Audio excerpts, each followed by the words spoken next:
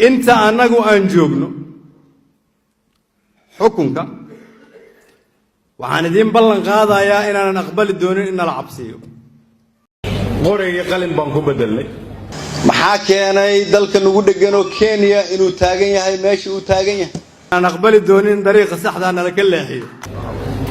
قبيلكي يا قبيلتنا قرني منكم بدلني maxaa keenay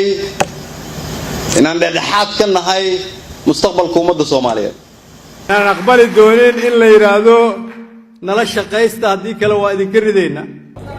قرصي قبانكم بدلني هدي قار إذن كمدا ولي شكي قبان إن لون نقول هاي ماشي اللي جاي يمد أنا عاودين عدينا هاي وين لما أعطي تاريخ ذي maxaa keenay shalayto in madaxweynaheena loogu yeeray dalka Djibouti asaga iyo dhammaan madaxweynayaasha geeska Afrika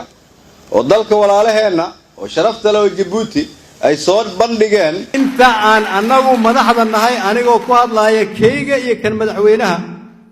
waxaan idin sheegi doonaa sharafta aan raadinayno kama raadinayno qabqablayaal waxaan ka raadinaynaa shacabka Soomaaliyeed oo maanta